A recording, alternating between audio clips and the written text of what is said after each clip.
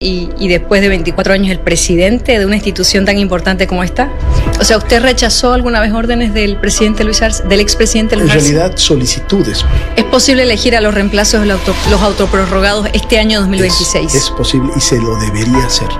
Este es el proceso en el sistema electoral boliviano más difícil que tiene. Por la cantidad de candidatos que se eligen, son 5.000 en todo Bolivia. Es ilógico que digan que cumplimos las órdenes de quien nos designó, porque en todo caso los 6 vocales van a cumplir las órdenes de todos los diputados o senadores, y no es así. Tenemos que estar preparados para una segunda vuelta para los 9 departamentos, pase o no, porque inmediatamente tenemos que volver, cuando damos los resultados, a volver a lanzar ese proceso en esos departamentos. ¿Qué le diría a todos los candidatos que han quedado fuera de la contienda, doctor Ávila? Que lo hemos hecho respetando la Constitución y la ley. Vamos a hacer respetar la voluntad del pueblo por mayoría de los bolivianos en cada uno de los departamentos y los municipios. Eso ténganlo por seguro, y ya será quien gane esa alcaldía el que después de esa gestión demuestre si el pueblo mayoritario que lo ha elegido tenía la razón o no. Hay algunos candidatos que han amenazado con iniciar el proceso penal. Doctor Ávila, ¿no tiene miedo?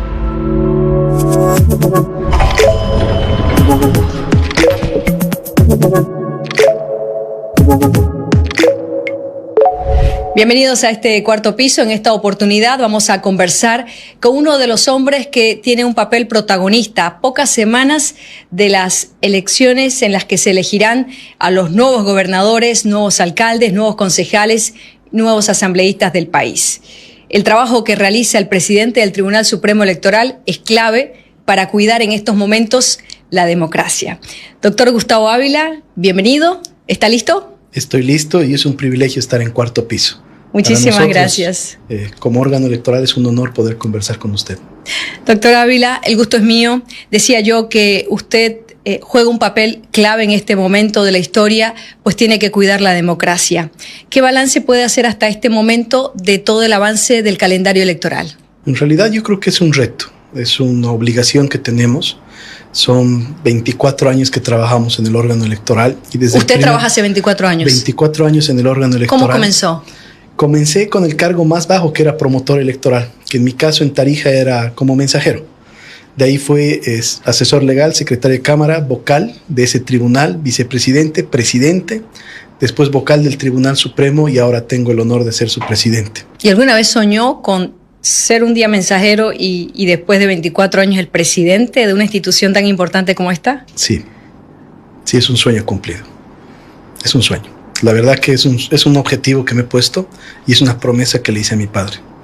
Y me siento satisfecho por haber cumplido. La verdad que él era de profesión policía, ahora ya es jubilado. Nos hizo estudiar a los 4 hermanos en una universidad. Y el 2019, cuando pasamos unos hechos difíciles ahí en la familia, le prometí que iba a ser presidente del Tribunal Supremo Electoral. ¿Qué cargo ocupaba en ese momento? Era vocal del Tribunal Electoral de Tarija. ¿Cómo logra Gustavo Ávila apoyo de toda una sala plena que está compuesta en su totalidad, a excepción de usted, de nuevos vocales? Yo creo que con trabajo. Las elecciones generales en primera y segunda vuelta han demostrado que quiero mucho al órgano electoral. Hemos recobrado la credibilidad, nos hemos cargado el órgano electoral a la espalda y le hemos demostrado a actores políticos, ciudadanía, 2 cosas importantes: que trabajamos con imparcialidad, y lo hemos demostrado, y que el trabajo que hemos hecho ha sido por recobrar la credibilidad del órgano electoral.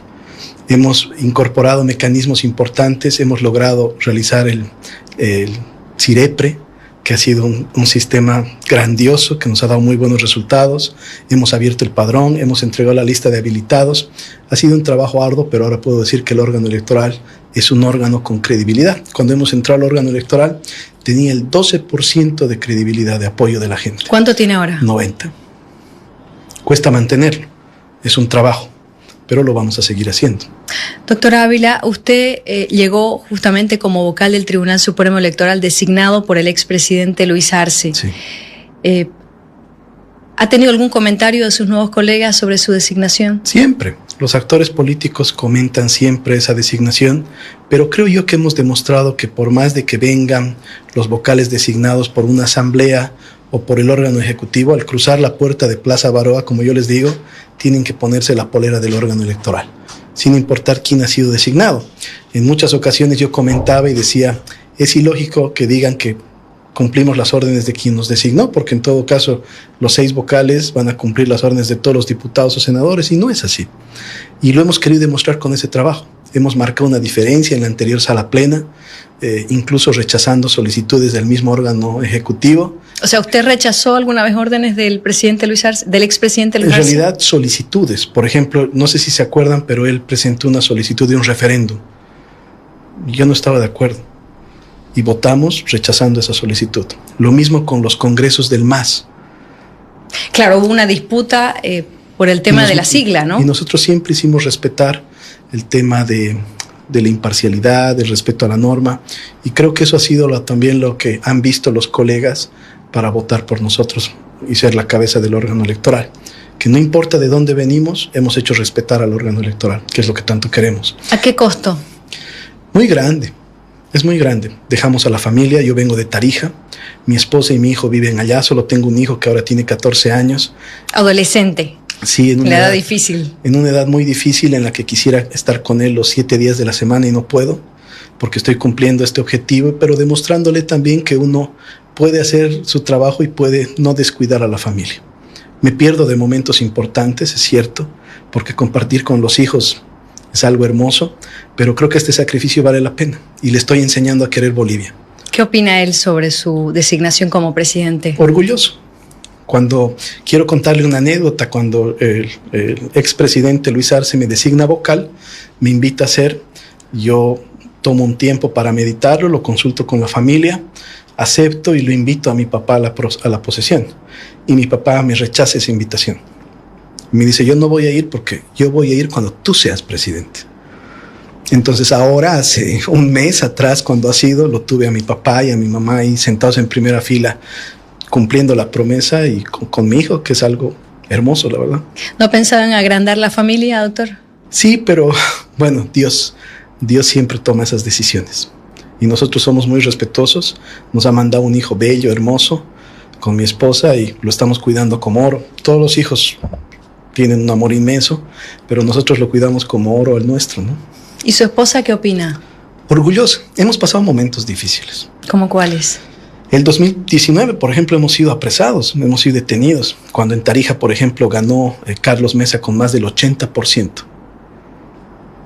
Y nosotros fuimos denunciados cuando la OEA incluso reconoció el trabajo de Tarija. En ese momento yo apliqué un cómputo que fue el cómputo más rápido de Latinoamérica. 20 horas. Terminamos. Ganó Carlos Mesa, pero bueno, sucedieron esos hechos, nos procesaron a todos y ese fue el momento en que mi familia me dijo, por favor, deja esto ya de una buena vez, no más. Y no pude, porque al mes lo designaron a Salvador Romero, me acuerdo muy bien, y Salvador me convoca y me dice, venía a La Paz y ayudarme a hacer este proceso electoral. Y es algo que nos apasiona, nos gusta, queremos mucho al órgano electoral. Yo creo que eso marca la diferencia. Es una institución que me lo ha dado todo, mi profesión, mi familia, los logros profesionales, y por eso quiero tanto al Tribunal Supremo Electoral. Se nota y se percibe la pasión con la que habla de este tipo de procesos. Doctor, ¿cuáles son los desafíos más grandes que se enfrentan en este momento a tan solo unas semanas de las elecciones subnacionales? Porque hay una cantidad impresionante de candidatos, además. Este es el proceso en el sistema electoral boliviano más difícil que tiene, por la cantidad de candidatos que se eligen. Son 5,000 en todo Bolivia. Que se eligen. 5,000 cargos en todo Bolivia y tenemos 34,000 candidatos a los que les tenemos que tratar, yo digo, porque también son nuestros clientes, con el mejor trato, darles las mismas oportunidades, tanto en debates, propaganda electoral, etcétera, con imparcialidad, y eso es algo muy difícil, que nuestros 34,000 candidatos sientan que el órgano electoral los respeta. Y eso es lo que nosotros hemos recomendado a los 9 tribunales electorales, a todos los funcionarios. No importa candidato de quién sea, tienes que darle el mismo trato a todos. Es algo que nos ha caracterizado en este proceso electoral, y a pocos días de que falte la elección estamos enmerdados y nos hemos comprometido a que el CIREPRE existe en los 342 municipios. Nuestro sueño es que a las 9 de la noche Bolivia vea los 9 resultados de las 9 gobernaciones. ¿Al cuánto por ciento? Esperamos llegar al 90%. ¡Wow! Esa es una buena noticia. Así es, y de las capitales de municipios de los departamentos más el alto, pero también Estamos pensando de que los municipios más lejanos tienen el mismo derecho y van a poder entrar al sistema y ver el resultado de La Guardia en Santa Cruz, de Caraparí en Tarija, de Pucarani en La Paz, etcétera. No vamos a poder dar en la conferencia el informe de los 342. Sería imposible, ¿no? Porque vamos a demorar mucho, pero vamos a respetar ese derecho y les vamos a demostrar que ellos van a poder hacer seguimiento al sistema y ver cómo están los resultados de su alcaldía, de su concejal, etc. ¿Y en cuanto a la gobernación, doctor? Sí, vamos a dar los resultados de las 9 gobernaciones. También un aproximado a las 9 de la noche del 22 de marzo. A las 9 de la noche, el 22 de marzo. Y la gente va a poder ver quiénes se van a segunda vuelta, quiénes no, etcétera, porque les queremos dar certidumbre a los bolivianos. ¿En qué gobernaciones van a segunda vuelta, doctor? En todas. En la elección de gobernación existe la previsión de que, en este caso, si no cumplen el 50% más 1, tienen que ir a una segunda vuelta electoral. Entonces, estamos ya preparando la logística porque tenemos muy poco tiempo, menos de 30 días para preparar. ¿La segunda vuelta cuándo sería? ¿En qué fecha? Un mes después, 30 días después. 22 en el mes de abril aproximadamente. En la semana del 22 de abril, pero tenemos 30 días en la que tenemos que volver a imprimir esa cantidad de papeletas, ánforas, logística, etcétera. Entonces estamos tomando los recaudos necesarios para estar preparados. En realidad la maquinaria ya debe estar en marcha. Está en marcha. Nosotros, y eso queremos que entiendan los ciudadanos, tenemos que estar preparados para una segunda vuelta para los 9 departamentos, pase o no, porque inmediatamente tenemos que volver, cuando damos los resultados, a volver a lanzar ese proceso en esos departamentos. Doctor, en cuanto a los candidatos, coincidimos en que es una cantidad o quizás uno de los procesos electorales con la mayor cantidad de candidatos. Algo que me llamó mucho la atención ha sido la incursión de candidatos que parecen haber sido usados como fusibles o comodines. ¿Cuántos candidatos fueron presentados solo con una fotocopia simple de cédula o el requisito mínimo, sabiendo los partidos políticos de que iban a quedar automáticamente inhabilitados? 26,000. 26,000. 26,000 ciudadanos que al ser inhabilitados ya no pueden formar parte del proceso electoral. Ni corrigiendo, no hay opción a corregir. Ni presentando una demanda. ¿Por qué? Porque como usted bien lo ha dicho, desde el primer momento el delegado sabía que lo ha presentado mal, ¿no? O sea, han buscado hacer esa estrategia para reservar ese espacio. Pero yo creo que las organizaciones políticas no esperaban la respuesta del tribunal. La norma decía que hasta 72 horas antes podían sustituir. Y eso era vulnerar un derecho. Yo me pongo a pensar en los ciudadanos que están esperando hasta 72 horas ver quién es el candidato a la alcaldía. Están en ascuas. Y eso hemos decidido que no. Pero además va la fotografía que se tiene que imprimir con tiempo de anticipación. Tiene toda la razón y por eso hemos determinado que en este proceso electoral hasta el 5 de febrero están obligados a sustituir esos candidatos. Esa es la fecha límite. Fecha límite donde tienen que sustituir estos candidatos para poder participar en el proceso. Entonces les hemos puesto un alto. Y eso es 45 días antes del proceso electoral. ¿Estaban jugando a dejarlo hasta lo último? Estaban jugando, como ha sido el anterior proceso electoral y ha sido altamente vulneratorio del derecho del voto informado del ciudadano, porque también queremos que vayan a los debates.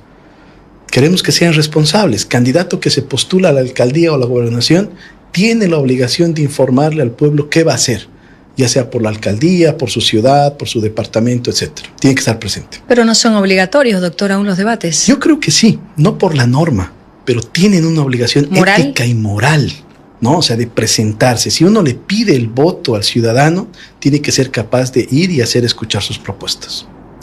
¿Usted cree que van a tener la respuesta que se espera para los debates? Yo espero que sí. Siempre confío en la clase política.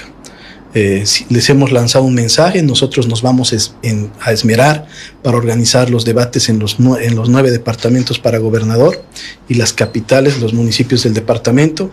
Vamos a ofrecer el mejor debate con los mejores periodistas que hagan consultas y ahí esperamos la respuesta de los candidatos, no a nosotros, no a la institución, al pueblo que los va a elegir. ¿Será en la televisión pública o será televisión privada? Estamos buscando la televisión pública, que es lo que corresponde, y ampliar a todos los canales que quieran colgarse de esa señal. Doctor, a propósito de este tema, ¿se ha pensado en algún mecanismo para evitar justamente este tema de los candidatos fusibles o comodines? Sí, ya hemos presentado la propuesta normativa.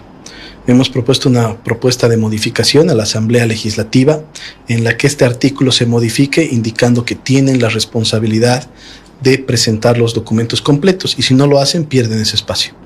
Entonces los vamos a forzar a que desde el primer momento sean responsables, elijan sus candidatos con tiempo, porque es inaudito. Todos los ciudadanos saben que cada 5 años se va a elegir estas autoridades, y que les falte la libreta o que les falte, no sé, la solvencia fiscal, no es responsable.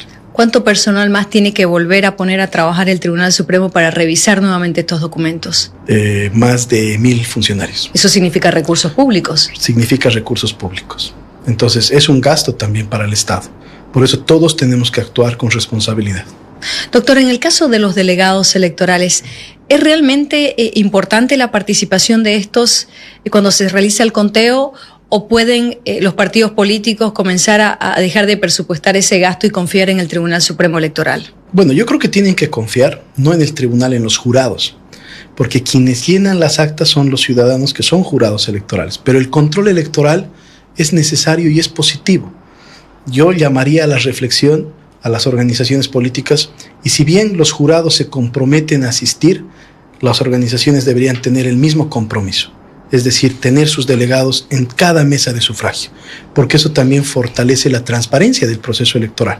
¿Cómo puedo criticar y decir, por ejemplo, que votaban fantasmas, etcétera, si no tengo al delegado en la mesa? Pero lo que nunca se dieron cuenta esa clase política, como yo le digo, y en la elección general se lo demostramos, es que no está atacando al órgano electoral.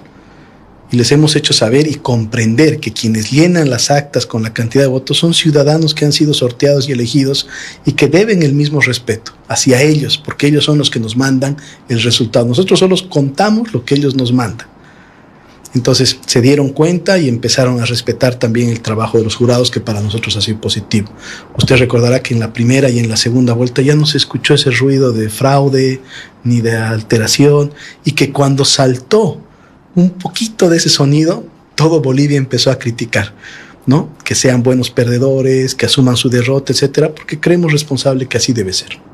Doctor, hablemos ahora acerca de la guerra sucia. La campaña nacional fue una campaña no solo que larga, sino que demasiado sufrida, porque el administrado tuvo que soportar muchísima guerra sucia, y hubo incluso un candidato en particular al que se le tocó mucho la familia, ¿no? Se tocaron temas que quizás no era necesario tocar. ¿Cómo se prepara ahora el Tribunal Supremo Electoral para enfrentar este tipo de hechos que no gustan a nadie, y que las últimas semanas los candidatos se dicen de todo, revelan cosas que no tienen nada que ver con la actividad a la que aspiran? Hemos preparado en realidad una estrategia comunicacional para trabajar con estos aliados que yo les digo, que son más de 20 plataformas como Chequea Bolivia, Bolivia Verifica, que lo que hacen es identificar a esa noticia como falsa, como agresiva, para que los ciudadanos también juzguen, pero también identificar de qué línea política viene. Vamos a avanzar, y yo les decía a las organizaciones políticas en todo este tiempo del proceso, no se arriesguen, porque nosotros ahora vamos a dar un paso más. No solo vamos a decir esa noticia es falsa, vamos a decir esta organización política está transmitiendo estas noticias que son falsas, y los vamos a desprestigiar ante los ciudadanos, porque es nuestra obligación hacerlo.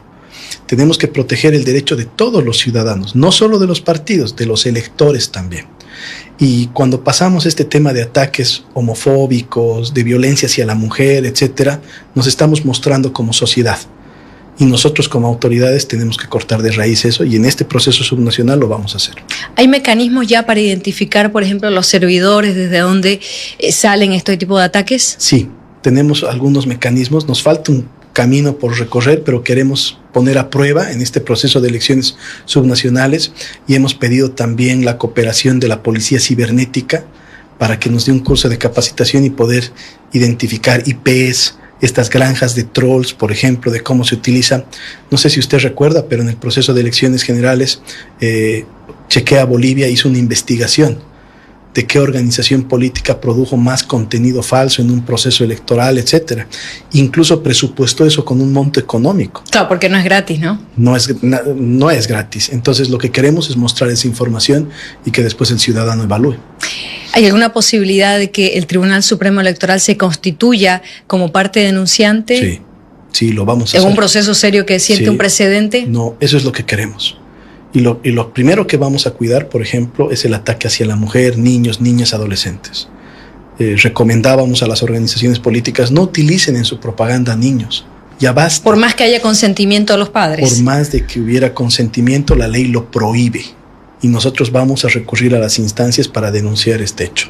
Lo mismo la violencia contra la mujer, la misoginia, no la vamos a permitir. Doctor, hablemos ahora acerca de la ley 144. Recuerdo que el ex vocal Tawichi Quispe, hasta el último día de su mandato, insistía en la necesidad de que los vocales del Tribunal Supremo Electoral también se acojan a esta normativa que establece, entre otras cosas, el derecho a un juicio de responsabilidades por los actos que se cometan en el ejercicio de sus funciones. ¿Cuál es su posición respecto a esta demanda? Bueno, yo quiero serle sincero, en realidad, si bien la ley no nos ha tomado en cuenta, algo que me parece totalmente injusto, yo no apoyé la propuesta del vocal Tawichi. No, porque yo considero que si un funcionario y un servidor público cumple la Constitución y la ley, no tiene por qué tener miedo a que lo procesen, lo denuncien, etc. ¿No? Hay que hacer grandes modificaciones normativas. Uno es a la 044, que ha sido incluso observada por otras instancias como la CIDH, porque no tiene una segunda instancia de apelación. Te procesa la asamblea y te remite sin haberte escuchado, ni ese tipo de cosas. Pero yo creo que un servidor público, si cumple la Constitución y la ley, tiene que estar tranquilo. ¿No es necesaria la inclusión a la ley 044? Yo no la veo necesaria, porque la reacción a ese pedido ha sido que la clase política ha empezado a denunciar que queremos hacer algo malo y que por eso nos queremos beneficiar con esa ley. Y no es verdad. Nosotros estamos tranquilos por el trabajo que estamos haciendo. Puede ser auditado. Las elecciones generales ha sido el proceso más auditado y observado de la historia de Bolivia. 32 misiones de observación electoral. ¿Nunca antes se tuvo tantos observadores? No. Había una colega que decía tenemos más observadores que votantes. Y eso parecía impresionante porque teníamos que rendir cuentas a la OEA. ¿Y eso era bueno o malo? Europea. Yo creo que es bueno, porque cuando te cuestionan, te piden informe y tú tienes la transparencia de y la solvencia, ¿no? Y la solvencia, los informes han sido positivos. Ese día de las elecciones, la OEA estaba asombrada y con la boca abierta de cómo habíamos hecho el CIREPRE, entregando resultados del proceso transparente, la Unión Europea también, y es algo que nos hace sentir orgullosos, que ahora seamos referente en el mundo de administrar un correcto proceso electoral. ¿Hay otros países que han pedido el modus operandi o están interesados en cómo ha hecho Bolivia? Sí, y lo lindo es que lo han hecho ingenieros bolivianos, nuestro personal, manos bolivianas. Hemos ahorrado a Bolivia $14 millones. Eso es lo que cuesta un sistema CIREPRE. Y nosotros lo hicimos sin un solo boliviano. El know-how es nacional, es Made in Bolivia. Correcto.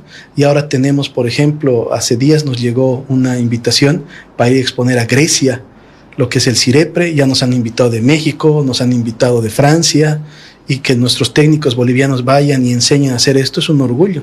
Para nosotros es un orgullo. Eso no sabe la gente.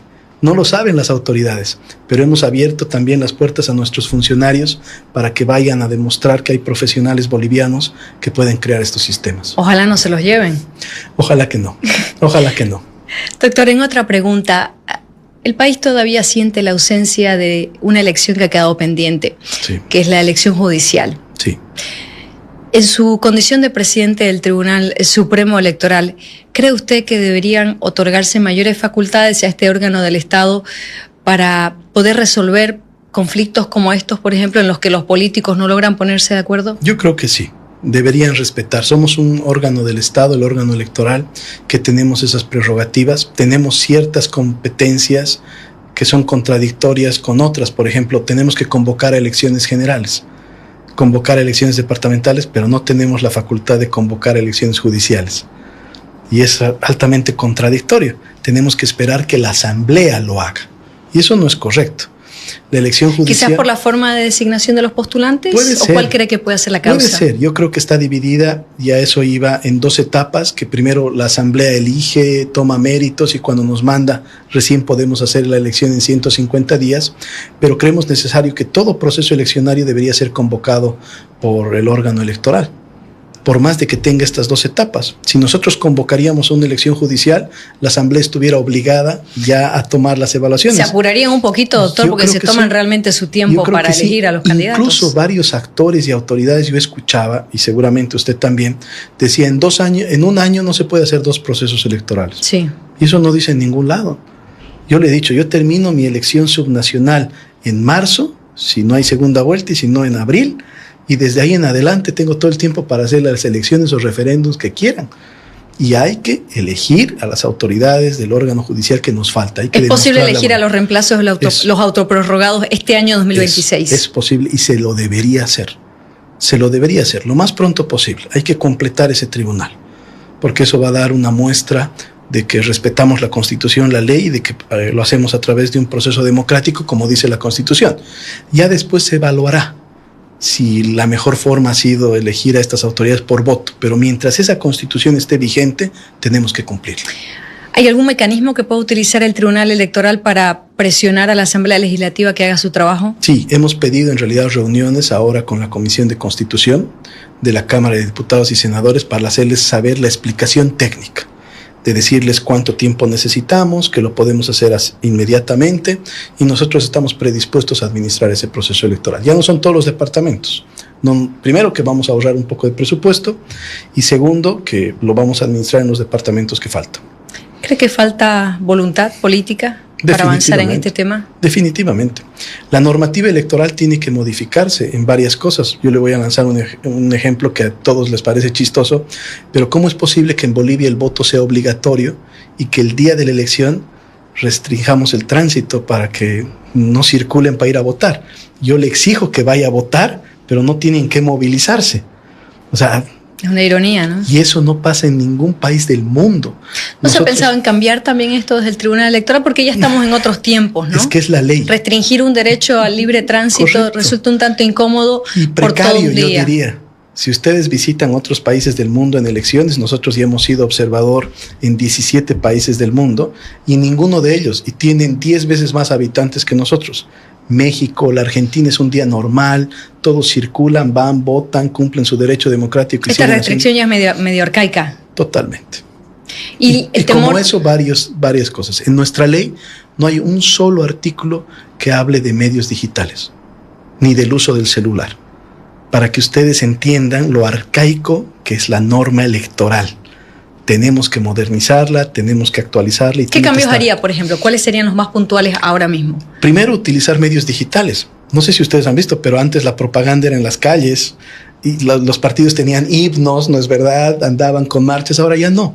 La propaganda está en el celular, está en medios digitales y tenemos que empezar a normar aquello. El proceso tiene que modernizarse, tiene que ser mucho más ágil. Y ahí usted me preguntaba de los retos que tiene el órgano electoral. Tenemos uno. Y la ley nos ha dado 24 meses para tener un nuevo padrón. Y le vamos a entregar a Bolivia un nuevo padrón con estándares muy altos de seguridad. ¿Qué fecha aproximadamente tendríamos un nuevo padrón? Doctor, denos la primicia. Tenemos hasta diciembre del 2027. Esperemos que hasta septiembre, octubre ya lo tengamos. Y le voy a lanzar la primicia. Lo que queremos es dotarle de un documento que se llama documento electoral a cada ciudadano, pero no solo que tenga el padrón, sino que ahí estén los datos de los documentos que maneja el órgano electoral, como certificado de nacimiento, certificado de matrimonio, de defunción de los padres, etcétera, todo relacionado en un solo documento. Es caótico que un ciudadano tenga que ir a sacar su certificado de nacimiento a las oficinas. Que no lo dejen viajar, doctor, porque no tenga un certificado. Imagínese Entonces, usted. Ahora, con la presentación y con la lectura de ese chip, todas las instituciones van a poder ver la información de ese ciudadano. Nacimiento, matrimonio, en el caso de que tenga un divorcio, ahí va a salir, etcétera. Va a estar todo registrado. No es necesario peregrinar tanto al registro civil también. Ya no va a ser necesario. ¿Y para cuándo vamos a conocer esa propuesta, doctor? Queremos hacerlo ahora, después de que termine estas elecciones subnacionales. Vamos a estar enfocados en tener el nuevo padrón, porque es lo que manda la ley, pero queremos aprovechar esa oportunidad que tenemos y dotarle de ese documento. ¿Tendrá algún nombre específico el documento? Estamos buscando un nombre. ¿Tentativos cuáles? Es un documento electoral de identificación personal. Ahí estamos trabajando un poquito el nombre, así como el CIREPRE, que nos ha costado meses ponerle el nombre a eso, pero que la gente ya se acostumbró y lo reconoce como un sistema boliviano también. Doctor, hablemos ahora de los candidatos. Claro. ¿Qué recomendaciones tenemos que dar ahora a los candidatos en medio de esta elección que tiene una cantidad tan importante de postulantes? Yo haría una, pero que engloba todo. Cumplan la ley. Si un candidato que es ciudadano a la vez cumple la ley, no va a tener problemas en el proceso electoral. Si cumple la ley, va a ser una buena propaganda. Si cumple la ley, no va a ser guerra sucia. Si cumple la ley, va a respetar los procesos electorales. pero aparte le va a demostrar a los ciudadanos que le está pidiendo el voto que es una autoridad responsable. Si yo empiezo a hacer campaña con guerra sucia, no asistir a los debates, vulnerar el tema de la propaganda, etcétera, estoy dando un mal ejemplo en el proceso electoral.